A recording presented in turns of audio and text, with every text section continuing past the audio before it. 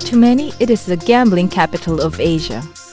Proof of this remains to be the fact that the bulk of this territory's income comes from the gambling business. And truth to tell, majority of tourists here still come mainly for the casinos. But there is more to Macau than just gambling and casinos. If only just a while one steps out of the hotels and venture into the territory's many nooks and crannies. For it is in these nooks and crannies that one can find what is truly, uniquely Macau is a region 25.4 square kilometer wide located in China's Guangdong province on the western bank of the Pearl River Delta. Macau is actually three areas in one. There is Macao Peninsula, connected to mainland China by an isthmus. Cotai, the area between the island of Taipa and Macao Peninsula, reclaimed from the waters of the Pearl River. And the islands of Taipa and Koloan, connected to the Macao Peninsula by bridges. Macau was first inhabited by fisherfolk coming from the Chinese provinces of Guangdong and Fujian, who found the area ideal for repairing boats and getting fresh water supplies. The area was originally called Omun, Chinese for Door of the Bay, a name well in keeping with the area's practical value as a safe harbor. But the name Macau itself seems to have been derived from Armagh, the name of a goddess worshipped by South China fisherfolk. A temple to Armagh was built in early times at the entrance to Macau's inner harbor on Barra Point, the better for fisherfolk heading out to the open sea to obtain the goddess' protection and blessings for a good catch. The temple was already there when Portuguese explorers led by Jorge Alvarez arrived in the area in the early 1500s. By the time Europeans settled in the area in 1554 to 1557, the Portuguese had already renamed it Armagh, meaning place of Armagh. In time, Armagh would become Macau. With the agreement of local rulers called mandarins, a term coined from the Portuguese word mandar, to order around, and within limits set by the Emperor of China, the Portuguese operated Macau as an intermediary post in the lucrative trade between China and Japan, and between these two countries and Europe. Macau was ideal for this purpose, for it stood at the doorway to mainland China, cheek by jowl next to what used to be known as Canton, where Portuguese and other European merchants had set up their shops and factories. Because foreigners were allowed to stay in their Canton factories only during the winter months, they spent summer in Macau. In time, Macau would become a melting pot of cultures as different nationalities trading with China and with each other came to live together in harmony. In time too, Macau would become a launching pad for Catholic missions aimed at Christianizing the whole of China. The Society of Jesus, better known as the Jesuits, was one of the most active missionary order in Macau. It was here that Jesuit personalities like Saint Francis Xavier and Mateus Ricci lived and died. Europeans ruled Macau, but it was built and nurtured by the able hands of Chinese, who blended their native knowledge with those that the Europeans brought into port from whoever and wherever they traded with in the then-known world. The result has been a multicultural mix called Macanese, that is among the most peculiar and delightfully interesting in the world. Meet Joao Novikov Sales, quintessential Macanese and the ideal frontman for the Macau government's tourism operations. Joao does not only have a Portuguese name. In his veins run the blood of some of the people of the world that had come to make Macau their home through the centuries. Portuguese, Russian, Cantonese. To top it all, João, like all Macanese, is multilingual. He speaks Portuguese, Cantonese, and English, all fluently. These three tongues are all spoken in Macau alongside something called patois, a mixture of Cantonese and Old Portuguese that the original European settlers of Macau spoke. We sound like Portuguese, but it is in Portuguese. Miguel Fernandez, like João Salles, a typical Macanese, is a lawyer who has made it his mission to revive and restore the patois dialect to Macau's linguistic babel.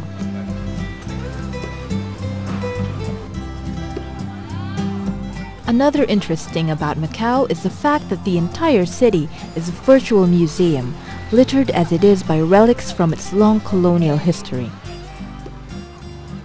Foremost among Macau's historical relics are the ruins of St. Paul's, arguably the city's most important landmark. These are in fact the ruins of the old church and college of the Madre de Deus, the Holy Mother of God, originally built in the 17th century and destroyed by fire in 1835. The ruins are actually just a great stone facade left standing after the fire. A closer look at the facade would reveal it to be decorated by carvings depicting the mission of the Catholic Church in Asia. Chinese and Japanese stonemasons are said to have done the carvings. The old foundations of the college and the church can still be seen behind and next to the ruins. At the back of the ruins there is a crypt containing the relics of Christian martyrs from Japan and Vietnam in the 17th century, and a museum of sacred art containing valuable religious objects in silver and gold. Beside the ruins and situated adjacent to the Monte Fortress, erected by the Jesuits for the defense of the city between 1617 and 1626, is the Museum of Macau. The museum affords visitors a glimpse of the genesis of Macau as a centuries-old trading post and the Asian and European ways of doing things that have come together in a unique blend called Macanese culture. Macau as a museum also has the Ghia Fortress, built in 1637 on top of the highest hill on Macau Peninsula. The fortress, which affords a commanding view of the city, also houses a chapel and a lighthouse, the first to be built along the China coast.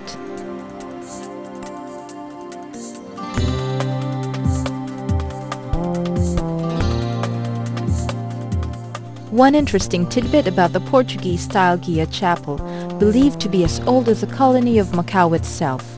Its walls bear murals depicting Christian icons, but some done in classical Chinese painting style, proof of this being the handiwork of Chinese artisans, drafted into doing the Christian God's work.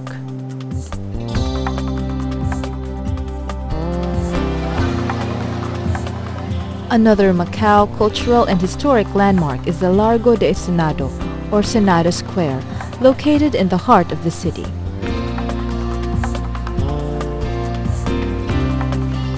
The square is paved with small stones in a Portuguese style suggesting sea waves.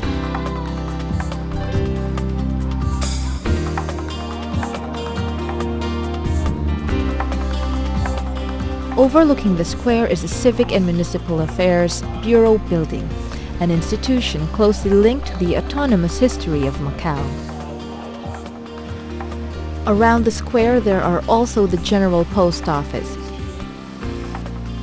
the Macau Government Tourism Office, and other commercial buildings, all done in colors of light yellow, rose, dark red, and white, and styles reminiscent of those found in the villages on the Iberian Peninsula and along the Mediterranean coast.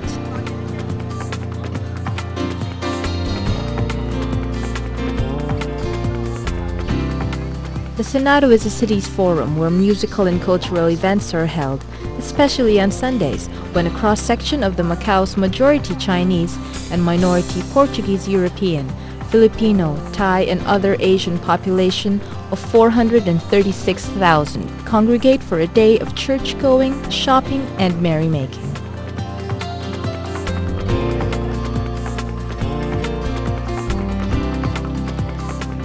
Streets called the Rua de São Domingos, Rua de São Paulo, and Rua de Sol Mercado crisscross the Sonata Square, and walking through them, one comes upon what used to be Macao's old Chinese bazaar.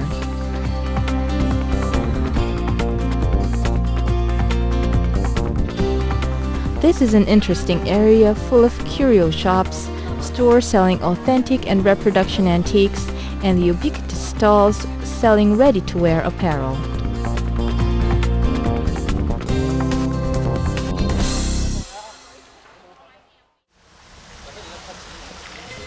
Avenida de Praia Grande, literally Grand Beach Avenue, is a site of another relic of Macao's colonial past. This is on the banks of Nam Van Lake, where can be found a long line of Mediterranean houses where used to live Portuguese Macao's colonial bureaucrats.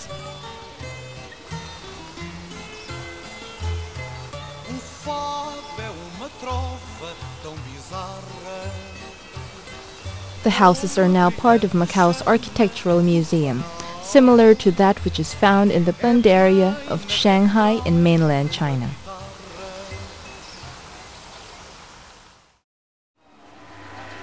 A Chinese version of this architectural museum can be found on Rua da Felicidade, the Happiness Street so-called, because this used to be Macao's red light district and home to the concubines of dynastic Chinese government officials. Here on Happiness Street, one can find a concentration of old houses built in classical Chinese style.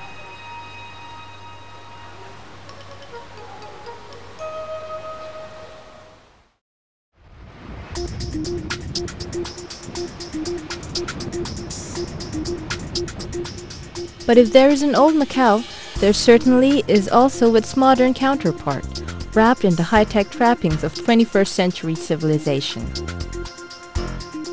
Consider the Macao Tower, located at the southwestern tip of Macao Peninsula, overlooking the Pearl River Delta and the satellite islands of Taipa and Kolowan, and in the distance, the Chinese mainland.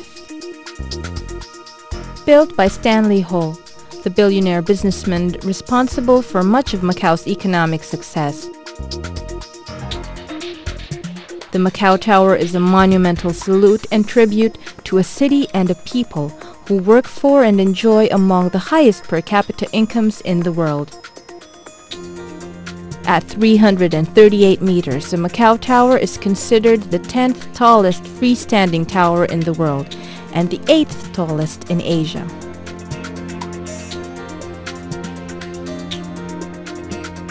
From the highest viewing level, the outdoor observation deck, where thrill-seeking tourists pay top dollar to do the skywalk, dangling in harness over open space, one can see as far as 55 kilometers away.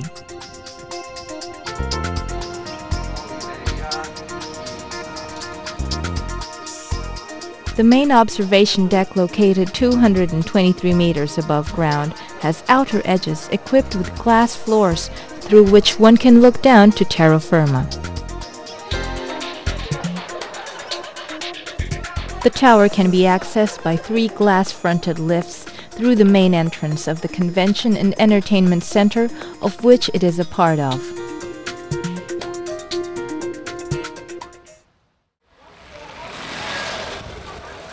Another aspect of the cultural crossroads that is Macao is its religious shrines and edifices devoted to all the faiths of its citizens. There are the Catholic churches, many of which are as old as Portuguese Macao itself. These include the Chapel of St. Francis Xavier on Kolowan Island, which was built in 1928 to house the arm-bone relic of the saint and the remains of Japanese and Vietnamese Christian martyrs. In front of St. Francis Xavier's is a marker commemorating the defeat of pirate hordes plaguing the China coast sometime early in the previous century. The relic of St. Francis Xavier has since been moved to the chapel of St. Joseph's Seminary along Rua do Seminário near central Macau. Built by the Jesuits in 1746 to 1758, St. Joseph's is approached by a grand staircase.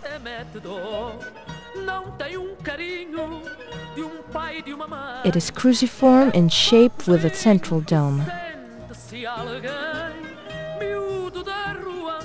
It adjoins the St. Joseph's Seminary, where it is said the best of Macanese society went to be educated to get the best instruction in how to speak and write Portuguese. The seminary now serves as home of aged and retired Jesuit priests. Yet another old Macanese Catholic church is St. Augustine's, built in 1814 in the exact place of an older chapel with the same name built in 1586. St. Augustine's is the home of the statue of Christ with the Cross, the main venerative figure in the Señor dos Passos procession, one of Macau's main religious festivals happening during the Christian Lent. St. Augustine's is also where Macau's Filipino Catholic faithful congregate every Sunday for the Holy Mass. The Lord be with you. Filipinos constitute part of Macau's 5% non-Chinese population. They work in jobs as diverse as running the electric power plant and managing hotel front desks and restaurants, to serving as bellhops, waiters, and cooks. Many have married other Filipinos, producing second, even third-generation offspring, like these children playing on the church courtyard of St. Augustine's.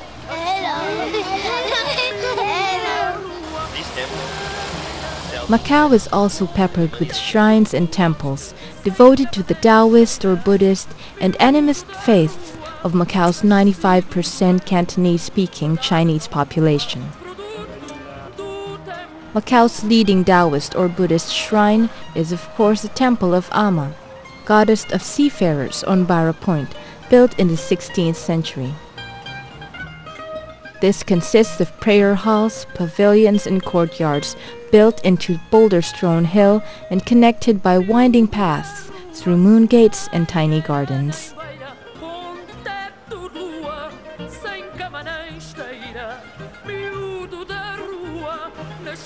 The Temple of Armagh is a major site of celebration during the Chinese New Year.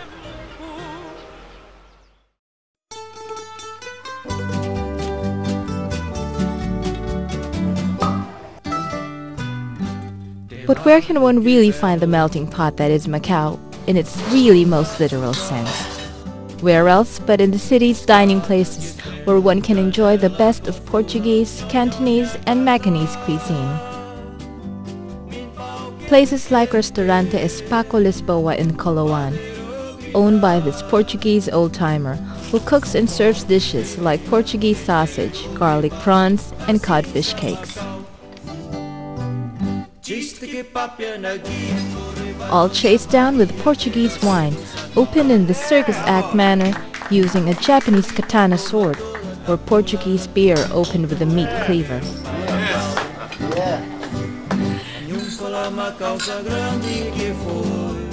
Or O Capitulo, another Portuguese diner run by the sisters Emilia Lopez and Helena Alcobia, and their Filipina assistant from Pangasinan.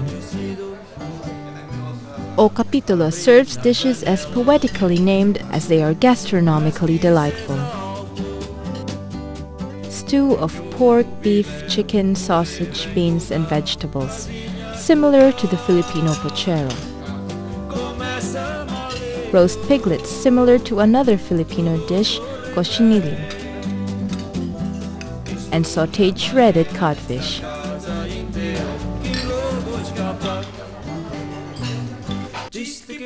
For Cantonese, one can go to the Plaza, Macau's largest Chinese restaurant, with a cavernous banquet hall on which tables one can enjoy classical cuisine, such as the cardiac delight Beijing duck, steamed pork and shrimp dumplings, shrimp fried rolls, fried noodles, and fried rice, all these accompanied by jasmine tea or red tea. As for Macanese cuisine, this quintessential mix of southern Chinese ingredients and those of Portuguese brought in from the string of settlements they had established across the world. To enjoy Macanese, one can go to Oporto Interior, over at the inner harbor, where again Filipino staff will serve you such dishes as a basket of Macanese fried snacks, mixed salad, baked sea bass, chicken curry, and pork ribs.